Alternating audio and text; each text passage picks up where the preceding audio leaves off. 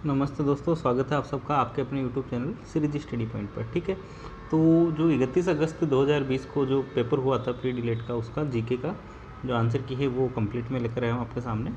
तो पूरी कोशिश है कि 100% जो इसमें आंसर है वो सही हो। बाकी कहीं भी अगर आपको लगता है कोई मिस्टेक है या कहीं पे आपको अपवाद लगता है किसी क्वेश्चन में, तो आप कमेंट करके हमें ज़रूर बताएं। ठीक है, तो सबसे पहला क्वेश्चन इसमें, वैभवशाली कलात्मक नगरी चंद्रावती पर 11वीं एवं 12वीं शताब्दी में किस वंश के शासकों का शासन रहा। तो जो चंद्रावती नगरी है वो हम जानते हैं आबू रोड है, तो वहाँ पे क्या है, आबू के जो परमार थे उनका शासन वहाँ पे रहा। ठीक है, इसके बाद है अगला क्वेश्चन, क्षेत्रपाल राजस्थान की संस्कृति का एक महत्वपूर्ण पहलू पूजा जाता है। क्षेत्रपाल का मतलब जो क्षेत्र की रक्षा करता है। ठीक है, तो वो किसके रूप में हम पूजा जाता है वहाँ पे, वो है ग्राम देवता के रूप में। इसके बाद जो अगला क्वेश्चन है आपके पास, निम्नलिखित में से कौन सा वाद्य यंत्र तत्वाद्य नहीं है। ठीक है, तो तत्वाद्य क्या होते हैं, सबसे पहले आप ये देखिए, तत्वाद्य होता है जिनमें तार का प्रयोग हम करते हैं। जैसे कई वाद्य यंत्र होते हैं जैसे सितार वगैरह, जिनमें तार का प्रयोग होता है, वो कहलाते हैं तत्वाद्य। और जो मुँह से बजाए जाते हैं हवा देकर, वो कहलाते हैं हमारे सुशिर वाद्य। तो तत्वाद्य में देखिए, अलगोजा जो है, अलगोजा क्या है, इसमें मुंह से बजाया जाता है हवा देकर। बाकी कामायचा, जंतर और रावण हत्ता, ये सब क्या है, तार वाले वाद्य हैं जिनको हम तत्वाद्य बोलते हैं। केवल अलगोजा क्या है, इसमें सुशिर वाद्य है। इसके बाद हम देखेंगे राजस्थान में क्षेत्रफल की दृष्टि से सबसे छोटा जिला कौन सा है। तो राजस्थान में क्षेत्रफल की दृष्टि से सबसे छोटा जिला है हमारे पास धौलपुर, जिसका क्षेत्रफल कितना है, 3034 वर्ग किलोमीटर। ठीक है, 3034 वर्ग किलोमीटर जिसका क्षेत्रफल आपके पास। इसके बाद राजस्थान में विद्यालय एवं व्यापक शिक्षा योजना निर्माण, क्रियान्वयन एवं मूल्यांकन के लिए सर्वोच्च शैक्षिक संगठन कौन सा है। तो आपको पता है उदयपुर में स्थित है, जिसको हम क्या बोलते हैं, RSCRT, ये उदयपुर में स्थित है। फिर अगला क्वेश्चन है, कोटा के किस शासक के काल को कोटा स्कूल की चित्रशैली का उत्कृष्ट काल माना जा सकता है। तो इसका आंसर आपके पास महाराव उमेद सिंह। ठीक है, फिर जयपुर के महाराजा सवाई जयसिंह ने किन स्थलों पर वेधशालाओं का निर्माण करवाया था।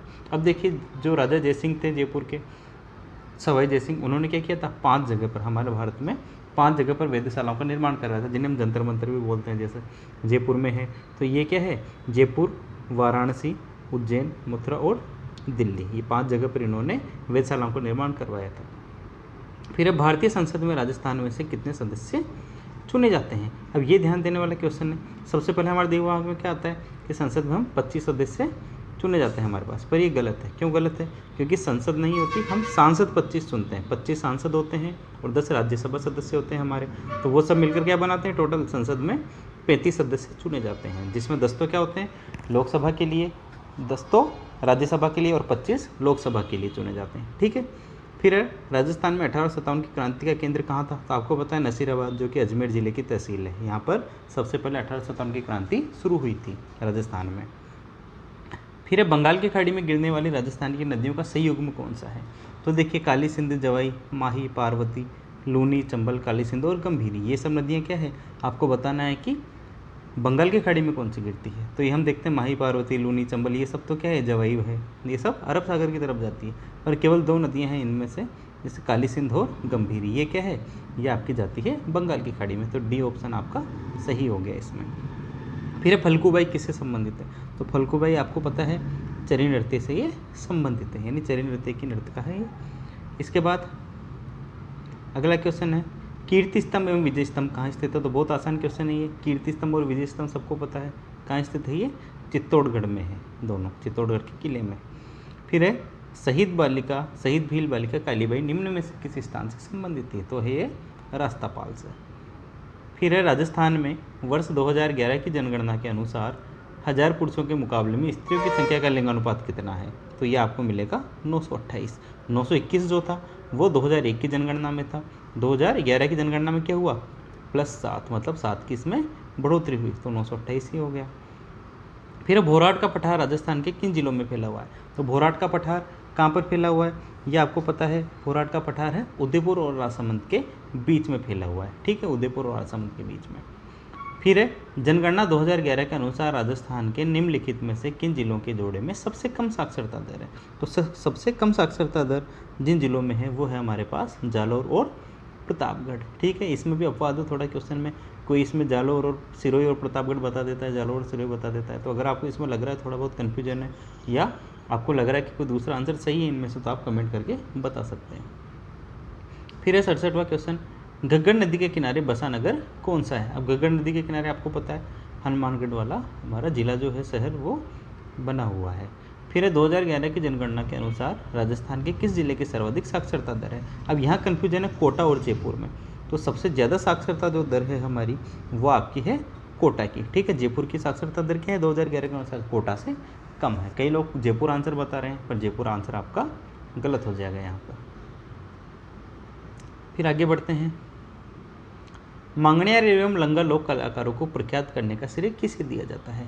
तो ये आपके जो गायक हैं कोमल कोठारी जोधपुर के हैं, जोधपुर में ही इनका जन्म हुआ था, जोधपुर में इनकी मृत्यु हुई थी, इनको पद्म भूषण भी मिला हुआ है, ठीक है। ये गायक कलाकार थे बहुत अच्छे, वो उन्होंने क्या किया, मांगणियार और लंगा लोक कलाकारों को प्रख्यात करने का श्रेय इनको दिया जाता है।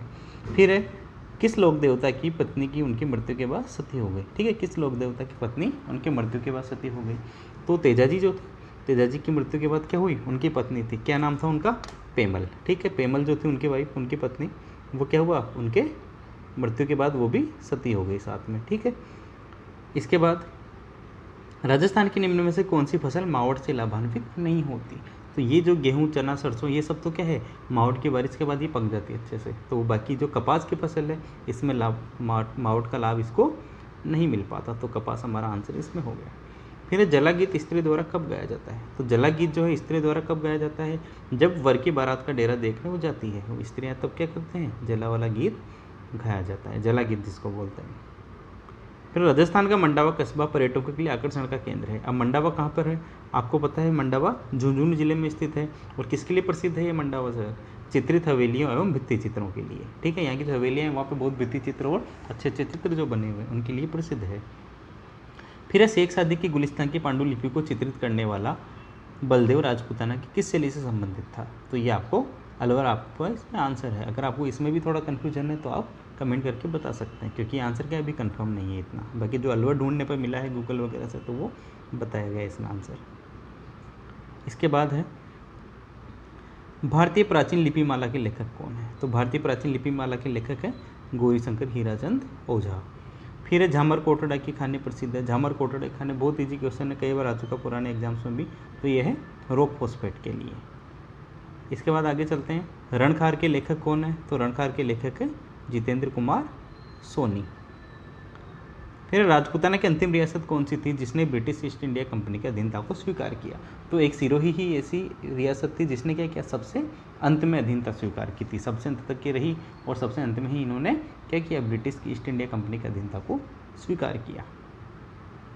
फिर इन निम्नलिखित में से कौन सा एक लोक चित्रकला का उदाहरण नहीं है। अब देखिए, फड़ एक लोककला चित्रकला है, बनी ठनी भी चित्रकला है, किशनगढ़ की शैली जिसको हम बोलते हैं, सांझी भी चित्रकला है, पर पथवारी जो है, पथवारी क्या है, पथवारी माता का पूजन किया जाता है, तो पथवारी क्या है, एक लोक देवी के रूप में पूजी जाती हैं। बाकी सब तो क्या है, चित्र शैलियाँ हैं, पथवारी क्या है, चित्रकला का उदाहरण नहीं है। फिर कालीबंगा के प्रथम उत्खननकर्ता कौन थे। तो ये बहुत मोस्ट क्वेश्चन है, कई लोग इसमें गलत भी बता रहे हैं, कई सही भी बता रहे हैं। सही लोग क्या बोल रहे हैं, ए घोष का मतलब अमलानंद घोष को इसका आंसर बता रहे हैं, जो कि बिल्कुल गलत है। क्यों गलत है, क्योंकि अमलानंद घोष ने तो इसकी खोज की थी कालीबंगा की। जो खुदाई का काम किया उत्खननकर्ता वो थे बीके थापर, और इनके साथ एक और थे वीएस राव थे, कुछ ऐसा नाम उनका जो कंफर्म नहीं है मुझे, ठीक है। बाकी बीके थापर कौन थे, उन्होंने उत्खननकर्ता, पहले उत्खननकर्ता थे वहाँ के। एक घोष आपका आंसर बिल्कुल गलत हो जाएगा इसमें। फिर दर्रा वन्यजीव अभयारण्य कहाँ है, कोटा में है, ठीक है, मुकुंदरा जिसको हम बोलते हैं वहाँ को। इसके बाद आगे चलते हैं, निम्नलिखित में से किस नृत्य के साथ झांझ नामक वाद्य यंत्र का प्रयोग होता है। अब देखिए झांझ क्या होता है, झांझ एक बड़ा मजीरा होता है, मजीरे टाइप का ही होता है पर थोड़ा बड़ा होता है, जो कच्ची घोड़ी नृत्य होता है उसके साथ झांझ का प्रयोग किया जाता है। फिर प्रसिद्ध अमर सागर जैन मंदिर राजस्थान के किस जिले में स्थित है। तो जो अमर सागर जैन मंदिर है वह जैसलमेर में स्थित है, लोदरवा जो एरिया है वहाँ पर ये स्थित है। फिर ग्राम पंचायत का सचिव कौन होता है। सचिव आपको पता है हम ग्राम सेवक को ही बोलते हैं, तो सचिव कौन हो जाता है किसी भी ग्राम पंचायत में, वहाँ का ग्राम सेवक या सेक्रेटरी भी जिसको हम बोलते हैं। फिर है पश्चिम क्षेत्र सांस्कृतिक केंद्र उदयपुर के सभापति कौन है। तो ये हो जाते हैं हमारे राजस्थान के राज्यपाल जो हैं। फिर राजस्थान की सीमा कितने राज्यों की सीमाओं से मिलती है? तो राजस्थान राज्य की जो सीमा है हमारी वो 5 राज्यों से मिलती है। जो 5 राज्यों के नाम मैं आपको बता देता हूँ, पंजाब, हरियाणा, उत्तर प्रदेश, मध्य प्रदेश और गुजरात। ये 5 राज्यों के साथ राजस्थान की सीमा मिलती है। फिर राजस्थान के कौन से 2 जिलों में जनसंख्या घनत्व 500 व्यक्ति प्रति वर्ग किलोमीटर से भी अधिक है?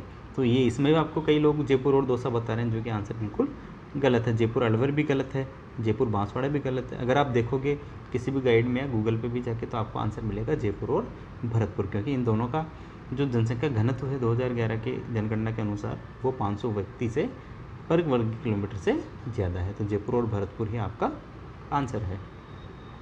फिर है महाराणा कुंभा के शासनकाल में दिल्ली सल्तनत में किन राजवंशों का शासन था? तो महाराणा कुंभा के समय में सैयद लोधी वंश जो थे उनका शासन था दिल्ली में।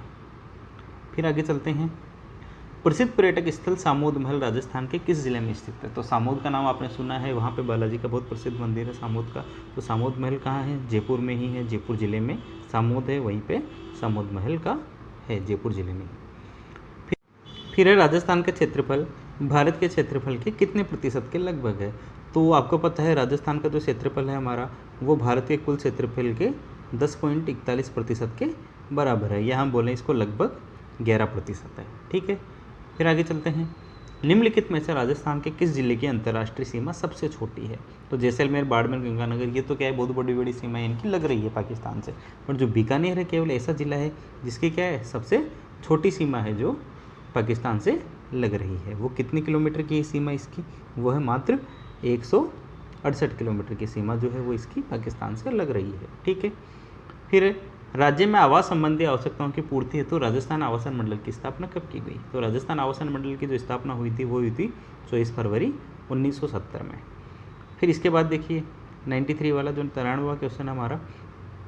ठीक है, अब ये जो ऐसे क्वेश्चन आते हैं मैच करने वाले, इनमें अगर आपको 2 या 3 के नाम भी पता होते हैं तो आप इजीली पूरा आंसर सही कर सकते हैं। ठीक है, तो सूची 1 और 2 को सुमेलित करना है। इधर तो लेखक के नाम है सूची 1 में, और सूची 2 में क्या है आपके पास ग्रंथ के नाम है। अब देखिए सबसे पहले पद्मनाभ है। पद्मनाभ का सबसे ईजी है, कानड़ प्रबंध इन्होंने लिखा था पद्मनाभ ने। ठीक है, अब जो जगजीवन भट्ट है इन्होंने क्या लिखा था? अजितोदय। अजितोदय की रचना किसने की थी? जगजीवन भट्ट ने। अब 2 बच गए आपके पास, दौलत विजय और कर्णिदान। तो कर्णिदान ने क्या लिखा था? सूरज प्रकाश। कर्णिदान की रचना कौन सी है? सूरज प्रकाश। और जो खुमान रासो है, अब ये दौलत विजय लिखा हुआ है, ये नाम क्या है आपका? दलपत विजय है। ठीक है, दलपत विजय नाम से आपको ये किताबों में मिलते हैं। तो दौलत यहाँ पे दिया हुआ है आपको, तो कौन सी रचना की थी इन्होंने? खुमान रासो। ठीक है, तो आपके ऑप्शन क्या बन जाएंगे यहाँ पे?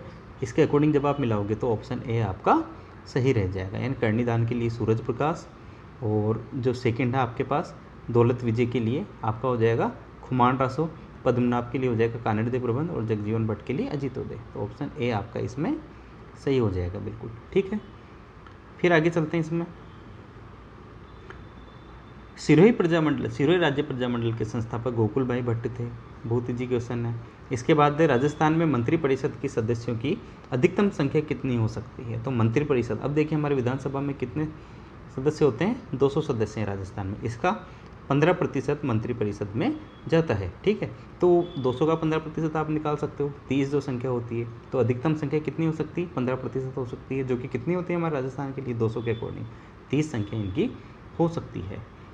फिर देखिए भील जनजाति राज्य के किस भाग में मुख्यतः निवास करती है? तो जो राजस्थान का दक्षिणी भाग है, जो हमारा बांसवाड़ा, जालोर वगैरह जो एरिया है, जालोर नहीं, वहाँ पे बांसवाड़ा, सिरोही जो एरिया है वहाँ के, प्रतापगढ़ वगैरह, उन एरियाओं में ज़्यादा निवास करते हैं ये। ठीक है, तो दक्षिण भाग में हो गया। फिर राजस्थान में व्यापारिक फसलों में नरमा किस्म फसल से संबंधित है। तो नरमा किसकी किस्म है? ये भी आपको पता है, कपास की ये किस्म है नरमा एक। फिर राजपूताना मध्य भारत सभा की स्थापना कब हुई थी? तो 1919 में राजपूताना मध्य भारत सभा की स्थापना हुई थी।